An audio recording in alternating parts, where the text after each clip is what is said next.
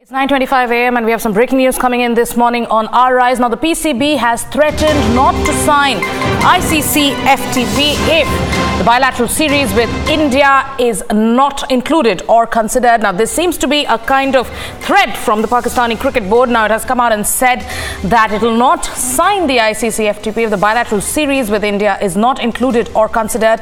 Our sports editor Shumon Ray has got us this exclusive information and this new input that is coming in from the Pakistan Cricket Board, which seems to be quite desperate and is now resorting to threats right now. So let's tell our viewers who are joining in on this broadcast that the Pakistani Cricket Board, desperate for a series with India, and in this desperation it is resorting to threats. Shumon Ray is getting us all those details. Now, they've come out and said that they will not sign the ICC FTP if this bilateral series with India is not included or considered. We have Shumon joining us on the phone line. Shumon, thank you for getting us those exclusive inputs. Now, tell us, if this is nothing but a threat tactic, this is nothing but Pakistan is doing nothing but showing its desperation. So what are the larger consequences if Pakistan actually goes ahead and lives up to this threat?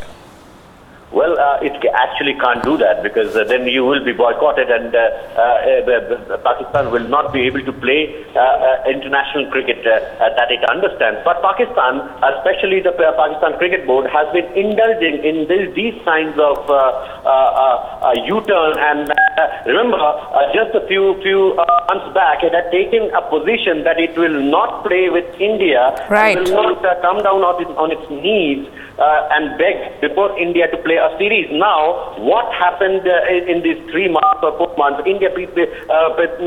BCCI has not been in touch with PCB and has not requested anything.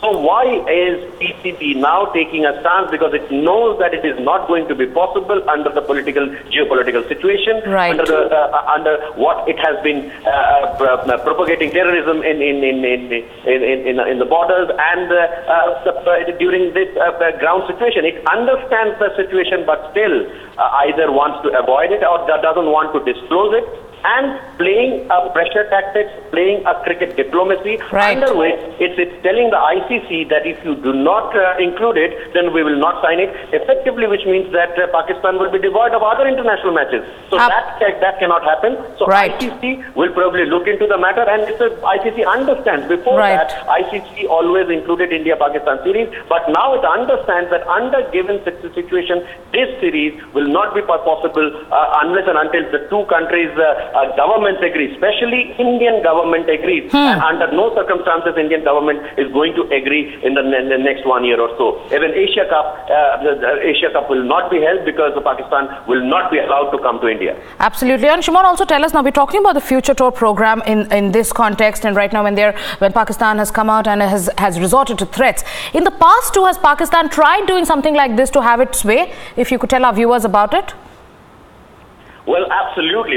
This has not been the first time that Pakistan has been doing it. Right. In the past also, we have seen it, that PCB, during that moments, it had taken a different stance. It speaks in different language to the ICC and differently when there comes to any bilateral understanding with India or BCCI. It has been telling the BCCI that you have to come with it. Now, how can the two things go together? At one hand, they want a series against India, and on the other hand, it has been threatening India that you have to pay some compensation and huge amount of dollars, millions of dollars, and also play India. Now, this is a situation where the Pakistan has been playing this tactics for a very long time. Right. Not just the Pakistan, but the Pakistan Cricket Board. Right. And it is amazing how Pakistan PCB chairman has been taking different steps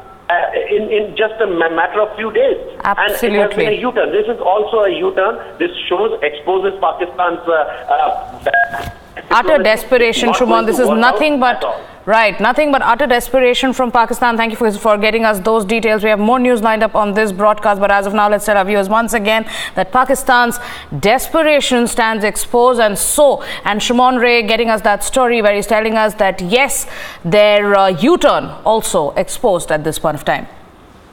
For me, election night is the night before the results, because we are usually sitting in office way past midnight and then counting our hours of sleep before we go live again. So we start off live sometimes 6 o'clock in the morning and sometimes at 7. So for me, election night starts one night before. Last check of the graphics, last check on the data, last phone call to all the reporters, connecting to all the political analysts, speaking to the team, the production team, the graphics team, everybody, synergizing everybody together and saying, we've got to get it right. And then comes election day. On election day, you go in there and you are like in a capsule of your own in your studio. But we have 6 or 7 sources of data laid there in front of us. So multiple ways of checking and cross-checking the information. So on the desk in front of me, which you cannot see on TV, there are 6 or 7 screens, all with different data sources. So while we have a primary data source, there's a secondary, there's a tertiary data source, and final data source, the election commission source. So you're constantly cross-verifying what you're putting on air with 6 or 7 other tallies of information. And all that matters to me on an election day are numbers, numbers, and numbers. So I look at seats, then by about 11:30 we start looking at vote shares. By about 1 o'clock you can actually go down into assembly constituencies and look at individual vote shares in different areas. But I would say that despite all the speed of the morning, it's only by about 3 o'clock or 4 o'clock in the afternoon that you can give a considered view on how the vote swung. So the evening analysis becomes very, very critical, because that is when we can start looking at the bigger picture and start reading the numbers. So for me, election day is as important as election night, because the analysis of the evening is as important as the immediate news of the morning.